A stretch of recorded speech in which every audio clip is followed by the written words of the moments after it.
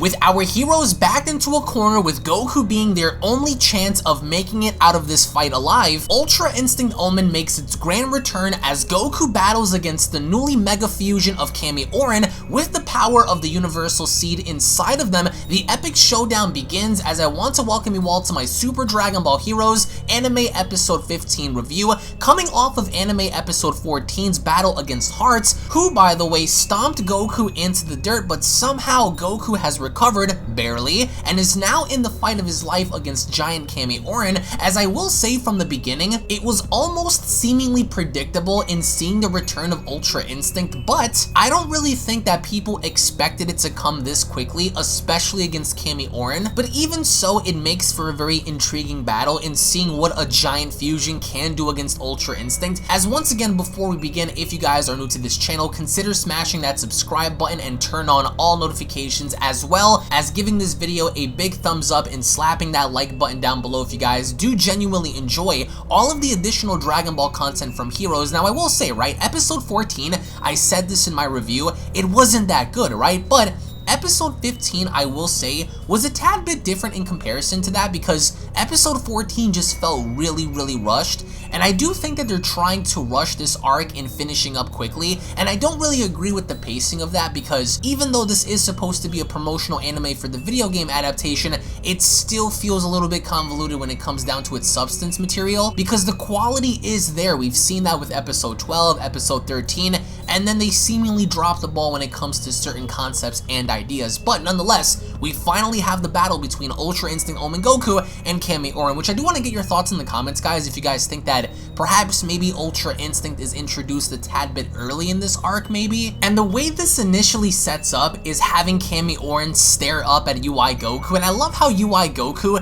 is just staring back down at Kamioren, and Kamioren to a lot of us does represent and remind us a lot of Aniraza, which I really enjoy how, you know, Kamioren takes it upon himself to attack Goku, and Goku just being Goku, being able to move instantaneously, just made all of Kamioren's efforts seem very meaningless by the end. And even while Kamioren was attempting to attack Goku via a massive energy blast from their mouth, Goku just zips on in there and he kicks Kamioren directly in the mouth above, which causes him to close his jaw before he can actually fire the blast. So that was a pretty cool thing. And with Goku approaching Kamioren, I've always loved how Goku kept his composure, but the one thing I didn't understand is why Hearts and Zamasu were observing this entire thing the whole time and they didn't really get involved. We see Piccolo, 17, Vegeta, everyone standing up watching this, and I really would have had it to where Hearts and Zamasu were to actually do something early on, but they were really quiet. They were watching Goku actually go in there with Kamioren, and despite Kamioren having to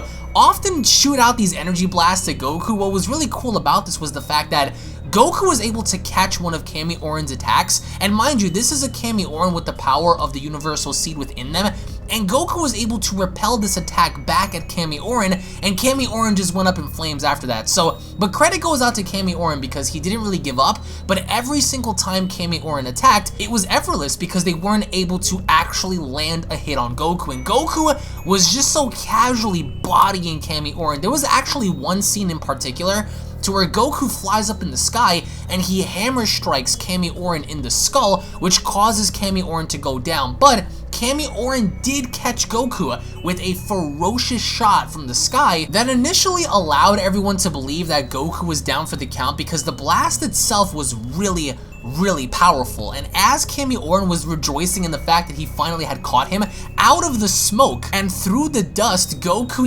immediately went from Ultra Instinct Omen straight into Mastered UI, and that was such a cool thing. Even though I felt like this episode should have entirely been Ultra Instinct Omen by himself having to square off against Kamioren, I loved how by the end of it, you see all of the dust, you see everything just fly off of Goku, and Goku just teleported in there and he blasted Kamioren in the face with an energy blast, but weirdly enough, it didn't really do much because Kamioren was still trying to attack Goku. So yes, we have the reintroduction of Master Ultra Instinct Goku. The entire landscape's getting destroyed by Kamioren, despite what Goku was trying to do, Kamioren just kept attacking Goku as much as he could, and in traditional, I guess, Xenoverse fashion, or any other cause that allows the hero to pick up a giant person, he lifted up Kamioren through one of his tentacles or one of his, you know, headpieces or whatever the hell it was, and he just hoisted him up and threw him out in the distance. And that was a pretty cool thing because it really goes as far as to show that Goku is leagues above Kamioren. So props to this episode goes out to Kamioren for at least trying,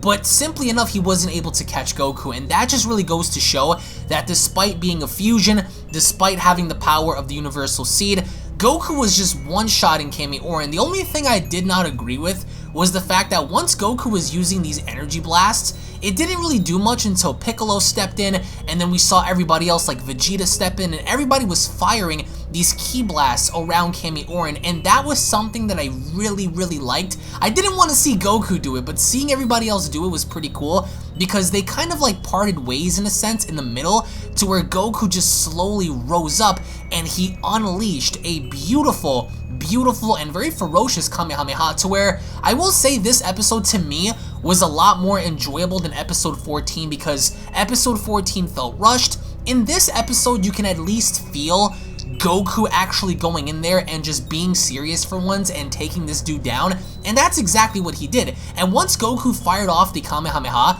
he went right in and he punched the circular object that was in the middle of Kamioren's chest, which I think resembled that of the Universal Seed. And this was kind of whack because it reminded me of Anilaza a lot. So the minute Goku goes in there and he punches this thing, Anilaza just breaks into a bajillion pieces. And that was really cheesy because it gave away his weak point, and that way you would know like, okay, these giant characters do have a weak spot. For example, Anilaza with the giant generator on his forehead, you have Kamioren with the massive object, you know, on their chest. So it was really weird, and once they broke into pieces, the entire landscape just went to hell. And then after that, once Goku went out of Ultra Instinct, Piccolo and Trunks actually caught him, so that just goes to show that Goku can't sustain this power for long, which I can understand in Super Dragon Ball Heroes, and I really wish that Goku had kept the Grand Priest Gi, but by the end of it, I love how Hearts basically took whatever was left from Kamioren, and this energy, this little sphere that was in his hand, he used that to his advantage. And I love how Zamasu was just watching him, because I do feel like Zamasu has like a secret agenda, or at least he's plotting against Hearts. But once Hearts had taken this sphere and basically used its power, we notice how all of a sudden his energy increased, he blows everybody away. Zamasu begins to smile, and it really pisses me off because Cumber's gone, Kamioren's defeated, and we don't know where Lags is right now, but by the end of it, it's just merged Zamasu and Hearts. And I love how by the end, Zamasu seems like he has a plan, because all of these small little cubes begin to basically surround Hearts, almost as if he's absorbing energy and getting stronger off of it. So it basically gives us this idea that we are going to see Hearts versus Goku sometime in the foreseeable future. This thing is going to continue, and now that there's only two people left, Zamasu and Hearts, I'm beginning to question as to how far they're going to go, because we know that Zamasu isn't fodder, he's really strong at this point, but what are they doing with him? They aren't doing anything at all. So this sets up the narrative to where it's going to be Hearts versus everybody in the foreseeable future, but when that is, we don't know. But in the end, I would like to get your thoughts in the comment section below. What are your thoughts on the pacing? What are your thoughts on the animation? I think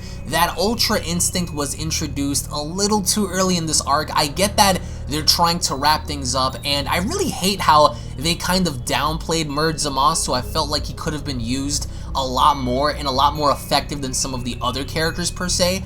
But by the end of it, we are going to be getting Hearts versus Goku in this grandiose finale to finish this arc, which I cannot wait for, because we know that Goku's going to go all in against Hearts. But I want to get your thoughts and feedback about this episode down in the comment section below. Thank you all so much for watching, guys. Once more, if you guys are new to this channel, don't forget to smash that subscribe button and turn on all notifications. Give this video a big thumbs up if you guys love Dragon Ball and, of course, enjoyed this month's episode of Super Dragon Ball Heroes. I will be keeping you guys up to date and informed about the next episode on the channel in the next couple of days, when of course we get more information. So make sure you guys follow me on Twitter, make sure you guys follow me on Instagram. Thank you all so much for your time, thank you all so much for watching. Tune back in for more, and I'll be seeing each and every single one of you guys down the comment section below. Have a great day, guys. Peace. This is the Galactic Emperor of the Universe, and of course I'm here to tell you to subscribe to UnrealEntGaming. Also follow UnrealEntGaming on these social media platforms to stay connected